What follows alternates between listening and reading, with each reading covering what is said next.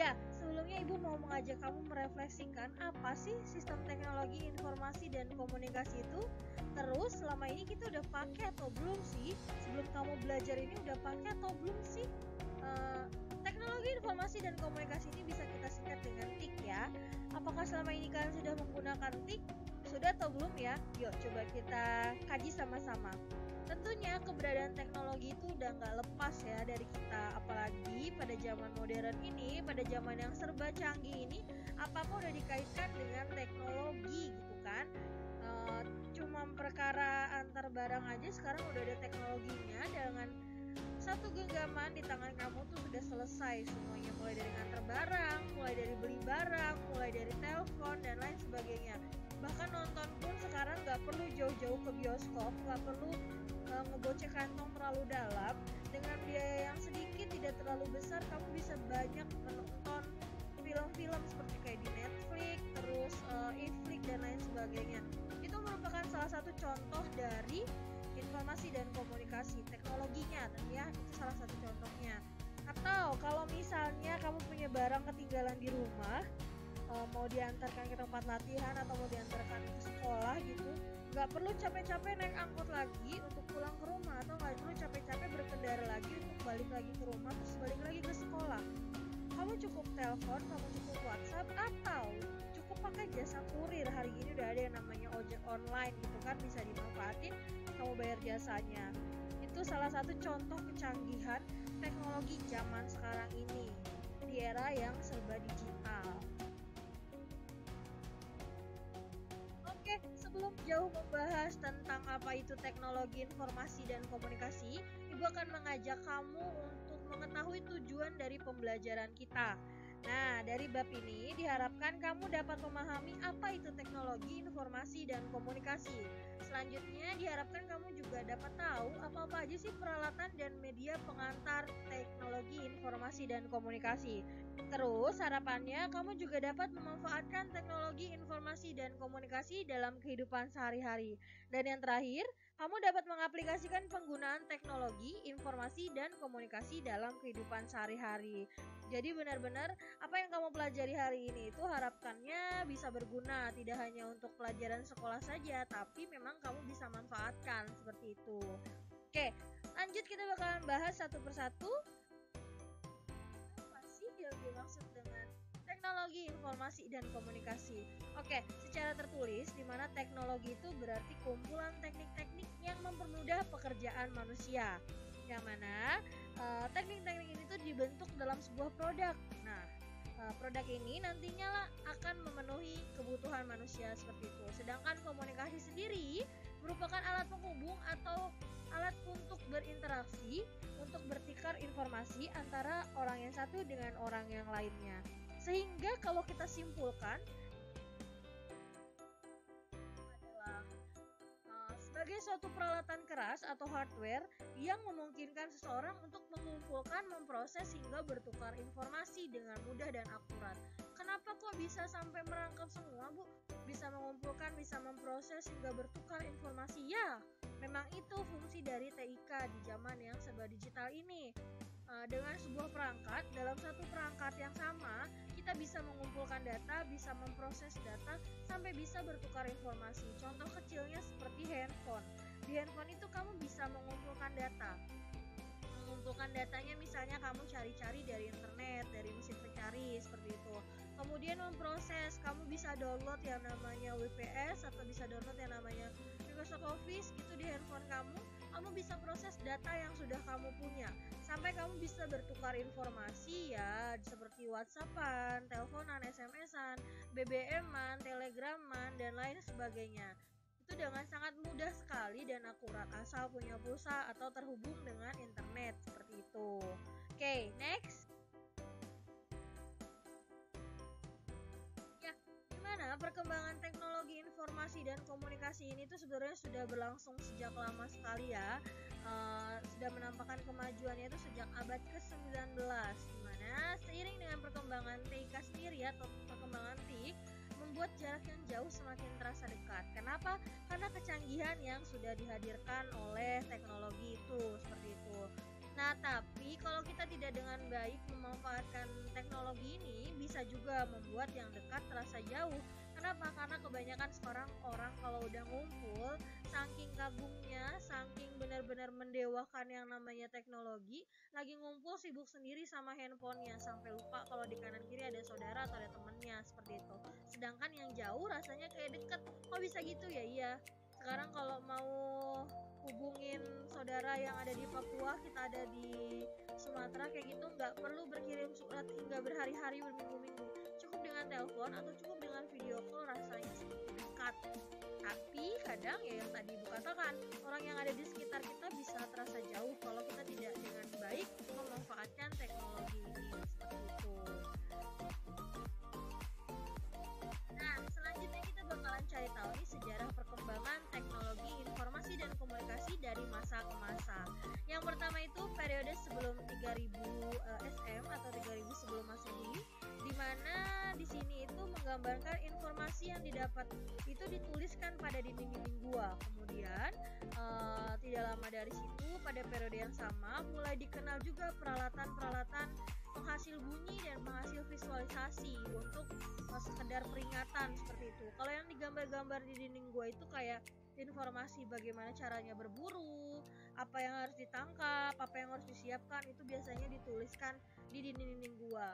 Nah, kalau untuk alat-alat sendiri biasanya untuk peringatan, seperti itu ya, asap kayak gitu untuk peringatan. Seperti ini contohnya.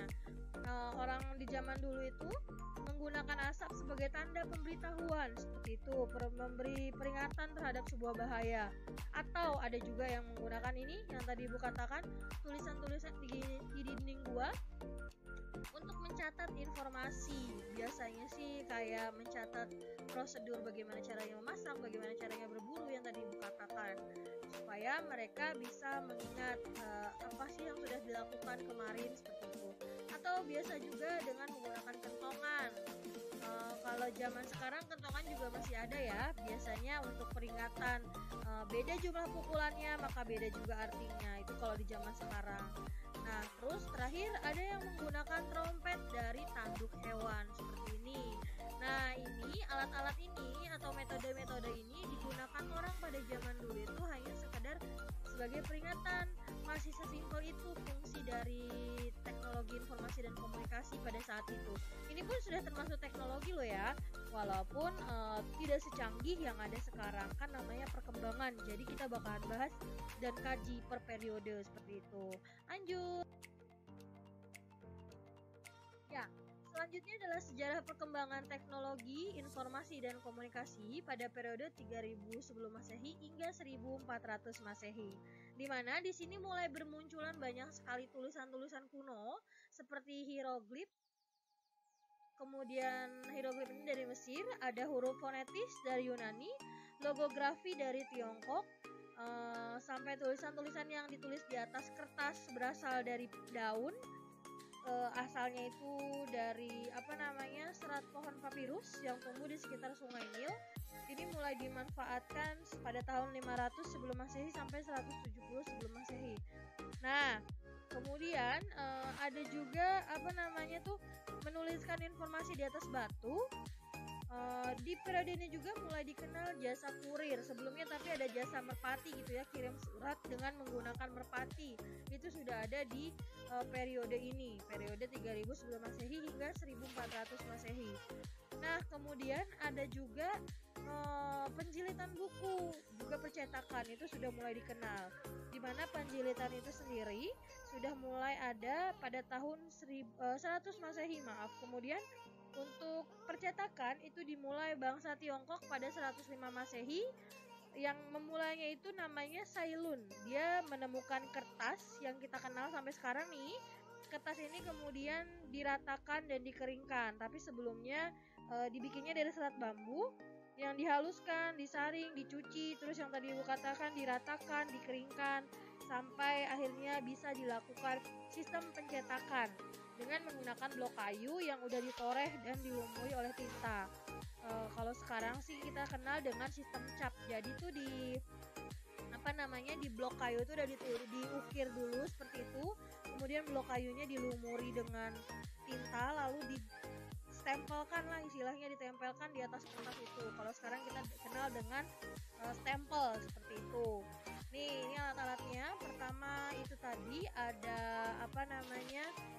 bangsa Funisia pada tahun periode 2900 sebelum Masehi itu ada tulisan kuno ini di mana namanya hieroglif. Kemudian pada tahun 1775 sebelum Masehi, bangsa Yunani mulai mengenal dan menggunakan alfabet atau huruf fonetis. Ini huruf fonetis dituliskannya dari kiri ke kanan seperti alfabet yang sekarang kita ketahui. Lalu tahun 1400 sebelum Masehi sudah ada huruf yang dikenal dengan logografi oleh bangsa Tiongkok. Dia ini terdiri dari simbol-simbol atau karakter-karakter yang artinya itu per karakternya atau per simbolnya itu mengungkapkan sebuah kata seperti itu. Kemudian ini adalah proses pencetakan ini pembuatan kertas sampai mulai mengukir pada blok kayu tadi sampai pengecapannya agar menjadi seperti cetakan seperti itu. Selanjutnya kita masuk pada sejarah perkembangan teknologi informasi dan komunikasi pada periode masa modern 1400 Masehi hingga sekarang nih. Nah, seiring berkembangnya waktu, seiring berjalannya waktu, seiring berkembangnya pengetahuan, sudah mulai muncul banyak sekali perkembangan pada bidang teknologi informasi dan komunikasi, di mana sudah mulai muncul mesin cetak yang lebih modern, kemudian muncul juga kode Morse, gambar bergerak, telepon, kaset, TV, magnetic tape, pengkodean, hypertext, dan komputer digital. Sampai sekarang sudah ada yang paling canggih namanya handphone. Handphone pun banyak banget macamnya kalau di zaman sekarang ini. Laptop pun banyak banget macamnya. Karena ini udah bahas era modern ya. Oke, kita bakalan kaji satu persatu, di mana pada tahun 1455 Masehi sudah diciptakan yang namanya mesin cetak. Nah, ini dibikinnya dari plat huruf yang terbuat dari besi. Kalau sebelumnya kan dibikinnya dari blok kayu. Nah, sekarang sudah dibuat dari besi, bisa diganti-ganti nih. Jadi ada bingkainya dulu, terus disusun misalnya mau nulis nama. Jadi huruf N-nya masukkan ke dalam bingkai kayu, A-nya dimasukkan dalam bingkai kayu, M-nya masukkan bingkai kayu, A-nya bingkai kayu, gitu, dimasukkan dalam bingkai kayu. Ini per hurufnya, per karakternya itu terbuatnya dari besi ya. Nanti tinggal dimasukin ke bingkai tadi lalu dicetak seperti itu. Dimana yang mengembangkan mesin ini pertama kalinya itu adalah Bapak Johannes Gutenberg. Nah, sejak ditemukannya mesin cetak ini, perkembangan teknologi dan informasi serta komunikasi menggunakan media huruf dan simbol mulai mengalami perkembangan yang sangat pesat sekali. Kemudian, ini dia alatnya.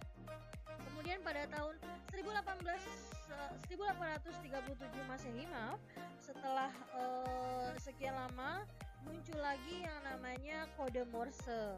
Kode Morse ini dipakai untuk komunikasi, misalnya tentara-tentara seperti itulah gitu ya. Komunikasi ini dilakukan melalui telegraf, dikembangkan oleh Sir William Cooke dan juga Sir Charles Watson. Kayak gitu. Ini dia kode-kodenya. Kemudian ada lagi gambar bergerak. Ini asal muasal atau cikal bakal televisi, cikal bakal bioskop. Dimana pada tahun ini, di tahun 1861, gambar bergerak ini diproyeksikan ke dalam sebuah layar.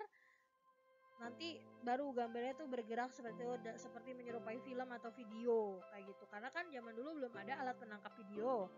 Nah, ini nanti berkembang terus nih sampai ditemukannya telepon oleh Bapak Alexander Graham Bell pada tahun 1877 Masehi.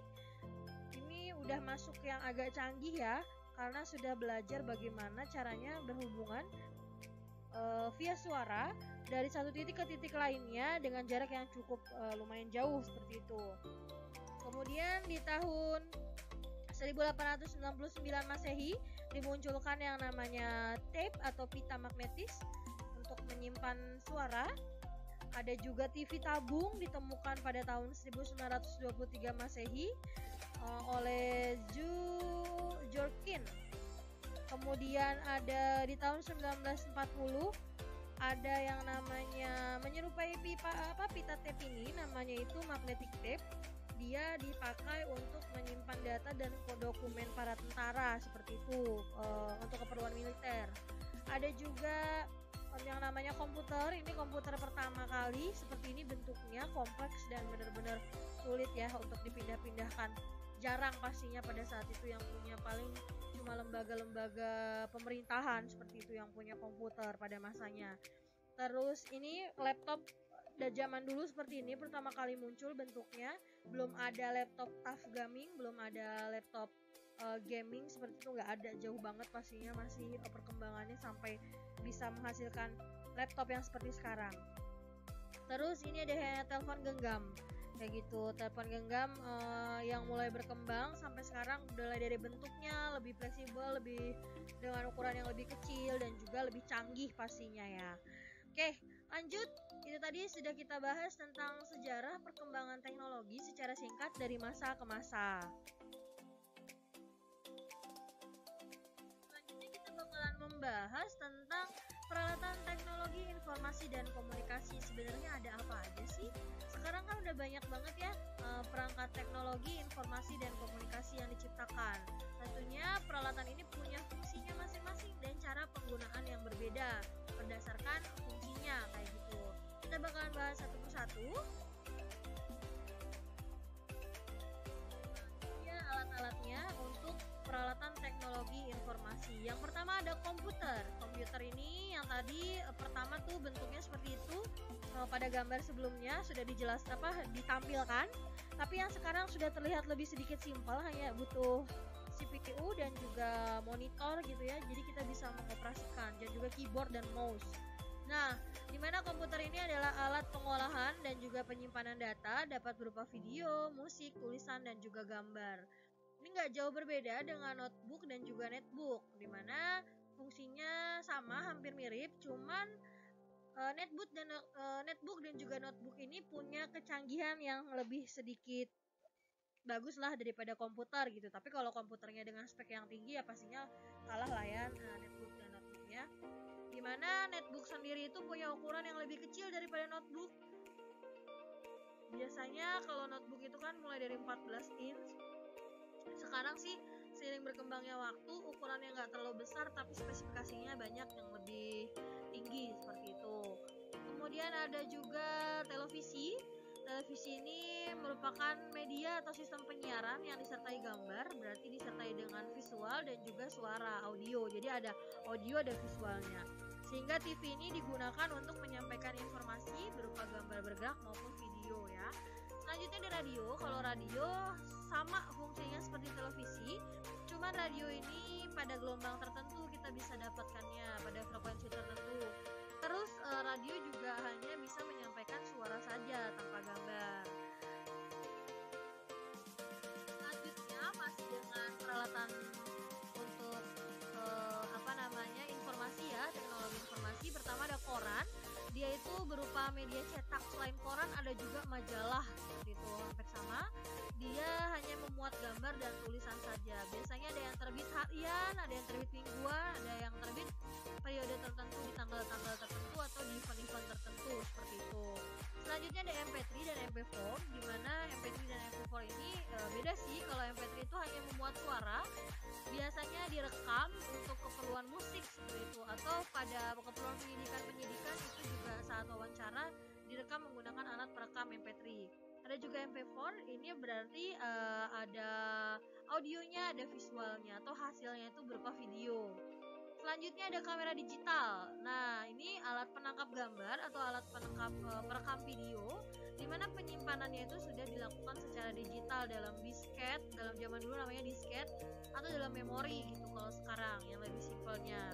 Selanjutnya ada kalkulator. Nah, kalkulator sendiri walaupun nggak terhubung dengan internet atau nggak bertukar informasi dengan siapa-siapa, itu juga merupakan masuk dalam teknologi informasi. Kenapa? Karena ketika kita berhitung di kalkulator langsung muncul hasilnya gitu, dan itu sudah pasti akurat. Jadi dia merupakan salah satu sumber informasi juga khusus kalkulator. Apalagi zaman sekarang udah ada kalkulator yang bisa nyari sinus, bisa nyari kosinus gitu, nggak perlu dihitung-hitung secara manual lagi. Kalau dulu kan mungkin kalkulator hanya sebatas kali tambah kurang bagi persen gitu, mentok-mentok paling high-nya. Tapi kalau sekarang bisa kamu cari akar pangkat, bisa cari pangkat berapa, terus bisa cari sinus kosinus yang tadi saya katakan, itu banyak banget sekarang. walaupun cuma sekedar kalkulator gitu. Nah, itu tadi adalah beberapa peralatan teknologi di bidang informasi. Selanjutnya kita bakalan bahas tentang peralatan teknologi di bidang komunikasi. Di bidang komunikasi itu pertama ada telepon dan juga handphone, dimana telepon berarti dia kan adanya ditaruh ya, nggak bisa dibawa-bawa, nggak fleksibel, nggak sefleksibel handphone. Dan di handphone ini fiturnya lebih banyak tentunya, apalagi sekarang sudah ada kameranya, bisa merekam video, bisa mengolah teks, sudah layaknya hampir sama fungsinya dengan laptop dan laptop atau yang laptop itu nama lain dari notebook ya, atau juga netbook yang ukurannya lebih kecil. Itu sekarang handphone zaman sekarang nih udah secanggih itu, kamu gak punya laptop, kamu gak punya komputer, kamu bisa olah apa aja di handphone kamu gitu, saking sudah canggihnya. Kemudian banyak sekali di zaman sekarang handphone itu bisa digunakan untuk bermain media sosial. Selanjutnya ada faxmail atau fax, biasanya mesin fax dibilangnya, di mana alat ini itu mengirim dokumen atau gambar dengan saluran telepon. Jadi pakai saluran telepon, dan penggunaannya antara satu yang orang yang ingin mengirim dan penerima tuh harus aktif gitu kondisinya, baru bisa dokumennya sampai. Selanjutnya ada telegraf. Telegraf ini dulu juga pernah tuh ada alatnya, kecil dia, tapi hanya bisa untuk bertukar pesan, nggak bisa ngirim file. Selanjutnya ada email dan messenger. Email dan messenger ini juga sebenarnya surat elektronik ya. Dia untuk bertukar pesan, tapi bisa melampirkan suara, gambar, video gitu. Dan juga harus dengan bantuan sinyal internet.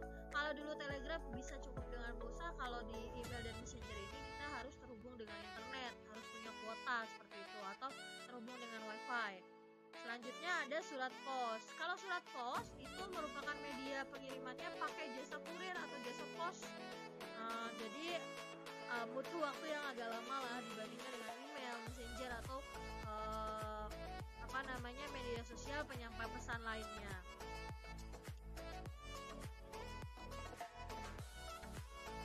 Teknologi informasi dan juga komunikasi. Selanjutnya kamu bisa coba baca-baca sendiri, cari informasi sendiri di buku paket atau di LKS kamu, atau cari di internet juga boleh banget. Jangan lupa dibuka postingan tugasnya, karena sudah pasti akan ada tugas setelah mempelajari materi ini ya, untuk melatih sejauh mana penangkapan kamu tentang materi yang sudah ibu sampaikan.